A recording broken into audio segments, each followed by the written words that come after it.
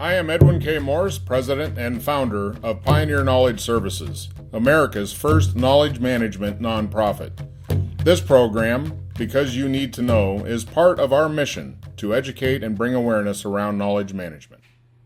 Sister Margaret Carney is the 20th President of St. Bonaventure University and a member of the Sisters of St. Francis, headquartered in Syracuse, New York. During her time as President, she has served on the boards of the Council of Independent Colleges of New York State, Alvernia University in Reading, Pennsylvania, the Association of Catholic Colleges and Universities, and the Association of Franciscan Colleges and Universities. Her special study interests include medieval women's history, theology, policy process studies, and strategic planning. She resides in Olean, New York, and is a native of Pittsburgh, Pennsylvania. Can you tell me where you are at as a nonprofit? This school is a nonprofit, correct? Yes. So can you explain to me the parameters of, you've been here a long time, you've been at the controls for quite a while, your viewpoint is very acute to exactly what's going on. So I'm interested to know, how does this nonprofit work here in Western New York State? Well, as a nonprofit higher ed institution, we depend on the revenue that comes from students paying tuition and fees, room and board to the university. Our food service is separately incorporated, so we don't receive direct income from that. That means we're completely dependent on achieving a certain number of students enrolling each year, both as undergraduates and as graduates. If there's a major fluctuation in that number, then there is a major fluctuation in our annual budget. What offsets that is the fact that we also, by reason of having great donors and benefactors and alums who want to pay it forward, people contribute to us on an annual basis and for special campaigns, so that we have an endowment that every year throws off in interest a certain amount of money that will allow us to make up the inevitable deficits between rising costs, just for example, insurance, utilities, legal fees, and the income that we're getting from tuition, which we try to keep at a relatively low rate of increase. And then the last part of our income stream would be that through professionals that we employ, we also seek grants from foundations and various agencies. And a relatively new area opening up for a lot of nonprofits in higher ed is revenue generation by using our facilities more intelligently. So, for example, we have very nice residence halls that sit empty for 2 to 3 months every year. Can we develop summer camps, conferences, etc., that would drive some additional revenue by using those rooms to host conventions or assemblies? So that's the formula that we use in order to have enough money to not just get through, but also to reinvest in hiring of faculty, in new equipment, in sending people off for professional development. But it's pretty squeaky many years, and especially in these post-recession years. With that being said, where does one find schooling on operations of a nonprofit? What resources do you look for or have found? Well, first of all, right here in our School of Business, there is a Management for Nonprofits course. So, for example, a person who wants to become an administrator of an organization like this really needs to understand the principles that guide the way in which it must account. So, for example, there are federal and state regulations that apply to nonprofits that are different than for-profit organizations. So there are principles that either come down through accounting, compliance, legal regulation. Most of us, I would say, actually learn on the job. You become an employee of a nonprofit, you move, if you want to, or if you're encouraged to, up through various management levels, and at a certain moment in time you start to understand that there are major differences in how we function versus a for-profit entity. And I think many people prefer work in the nonprofits because of the human value, the social capital a moral capital, if you will, in some instances, that an organization brings to building up a society. And so for many people, while they know they may not achieve the levels of financial wealth or security that they would if they worked, for example, for a Fortune 500, the personal satisfaction that comes from working in this sector often offsets that for people. And the other fact is that in many nonprofits, while you're not perhaps making salaries comparable to for-profit, you're also not expected to live lifestyles that compare to that. And so no one expects me, for example, to have 5 credit cards in my wallet or to belong to the most prestigious golf courses, and so there is a kind of social permission that says in fact, people are a little shocked sometimes if you show up at some of these entities as either a guest or to host an event. So there's a culture to nonprofit work. And don't forget, nonprofits can be gigantic colleges and healthcare systems or tiny little social service organizations sitting in a neighborhood. So it's a pretty vast and multifaceted array. Have you utilized the network of nonprofits? Have you utilized anything that puts those entities together to help each other? Absolutely. For example, there are multiple organizations of colleges. Some of those focus on small colleges, many of which were founded by a religious entity or have a particular faith-based dimension, either historically or actually. And coming together with peers in those organizations is extraordinarily valuable. It's the networking. I meet somebody and I think, oh my gosh, he's dealing with the very same problem I have with deferred maintenance or HR or early retirements. And so you develop a set of peers that you can call upon. And most of these organizations are sophisticated in their use of web-based networking for their membership, setting up special mentoring opportunities. So there are multiple organizations of just higher education, some faith-based, some not. Some relate to the huge land-grant universities versus the small, faith-based residential type of university or college. So those organizations are extremely valuable places, and I try to make sure that I get at least to 1 or 2 of these professional meetings a year because of the invaluable work that they do to keep us abreast. So with that, what's vacant? What do you see on the landscape of assets and, say, associations or alliances? What have you found that's not there?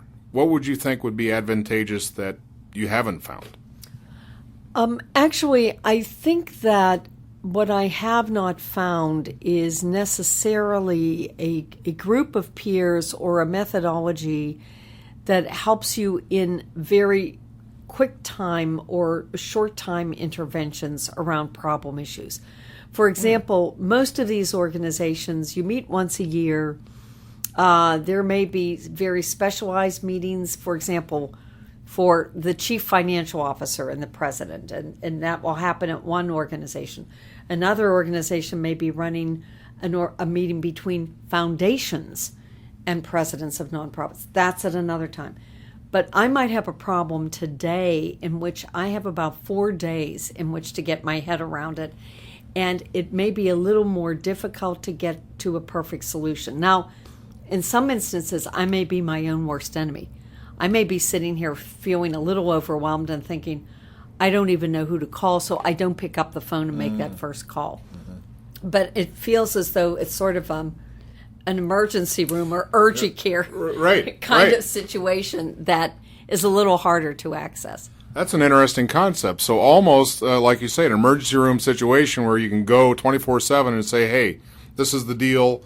What do I do? What's the triage here? How do I proceed, or who do you connect me with to find out? Exactly. That's an interesting concept. Right. And I'm not saying that it doesn't exist. I think we tend to work, and higher ed is notorious for this, sadly, I think, for taking far longer to do problem solving and analysis than is the case in a for-profit entity. And so I think part of our dilemma is that we have a culture that doesn't see speed and agility as a value. Interesting. And yet, more and more, the managers of these organizations are in situations where speed and agility is a necessity. Critical. Sure. Do you think that's something that's industry-wide, or is it regional? Do you see educational foundations or organizations that are kind of leading that kind of quick turnaround or agility? Well, I think some of the ones that are leading with agility have also flamed out quickly. So to give you an example, 2 years ago, every time my publications arrived from the Chronicle of Higher Education or a magazine called The Presidency, it was filled with information about MOOCs, massive online open courseware. Today, nobody's talking about that. And the assumption was they were going to replace colleges and we would just all go down in flames. Now, we're not exactly flourishing, a lot of us, but the MOOC has not become the preferred solution. I think they are very valuable types of learning opportunities. I think particular for people who have either already completed college or don't have a prayer of going to a regular physical place, but they clearly haven't proven to be the undoing of the traditional college. I do think they're a shot across the bow, saying this is what the future could be and may well be.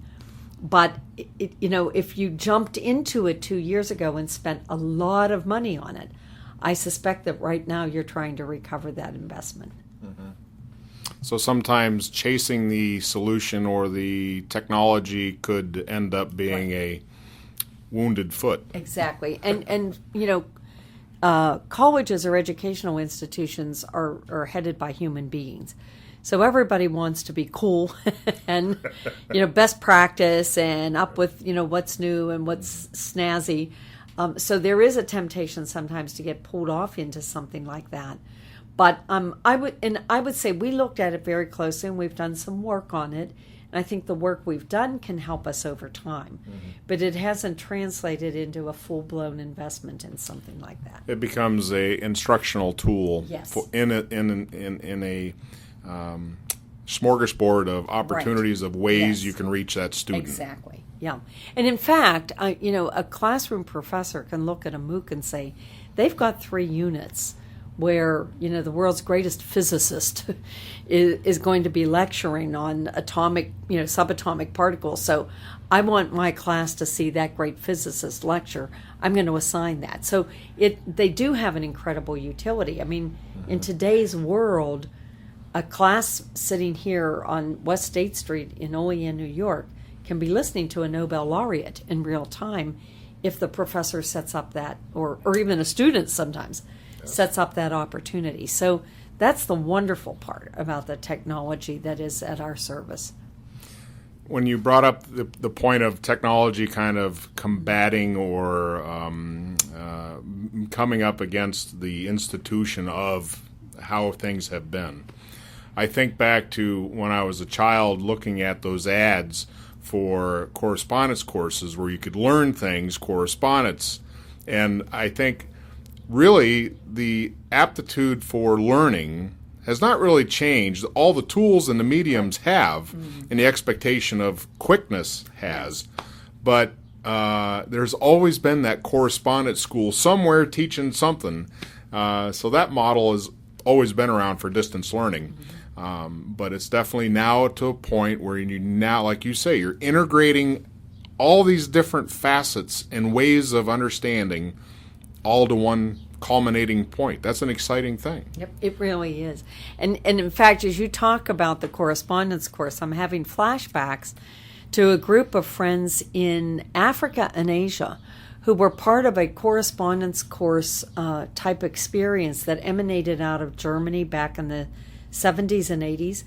And its goal was to acknowledging third world countries that didn't have the educational resources of Europe and the United States, and creating this correspondence model. But what they did is they convened leaders from those countries that they knew were experts in the content and were people magnets. And they got them to be continental and regional coordinators. And what happened was That correspondence course actually created an incredible community of participants who sometimes were not physically together, at other times they came together, not unlike what's happening today with distance learning.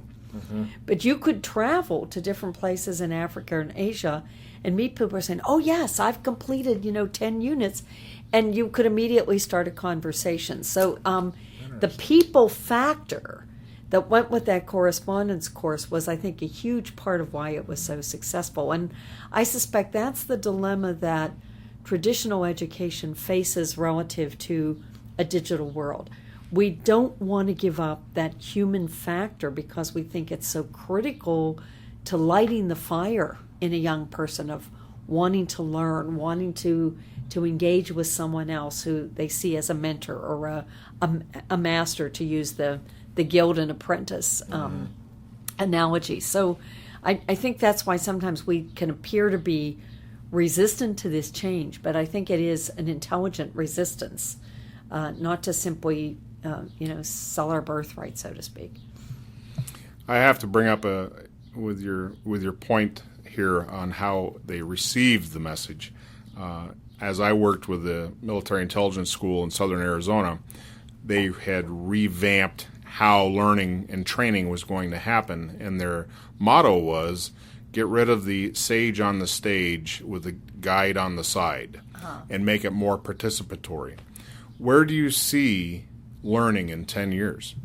I think really we are migrating very much to the guide on the side. However, I would also suggest that the sage on the stage, we need to be careful about demoting the importance of the master of content or the master of a discipline who has truly not simply mastered and regurgitates what's already established, but who connects that knowledge to create a pathway to new insights, to new discoveries, to new knowledge, to new interpretations.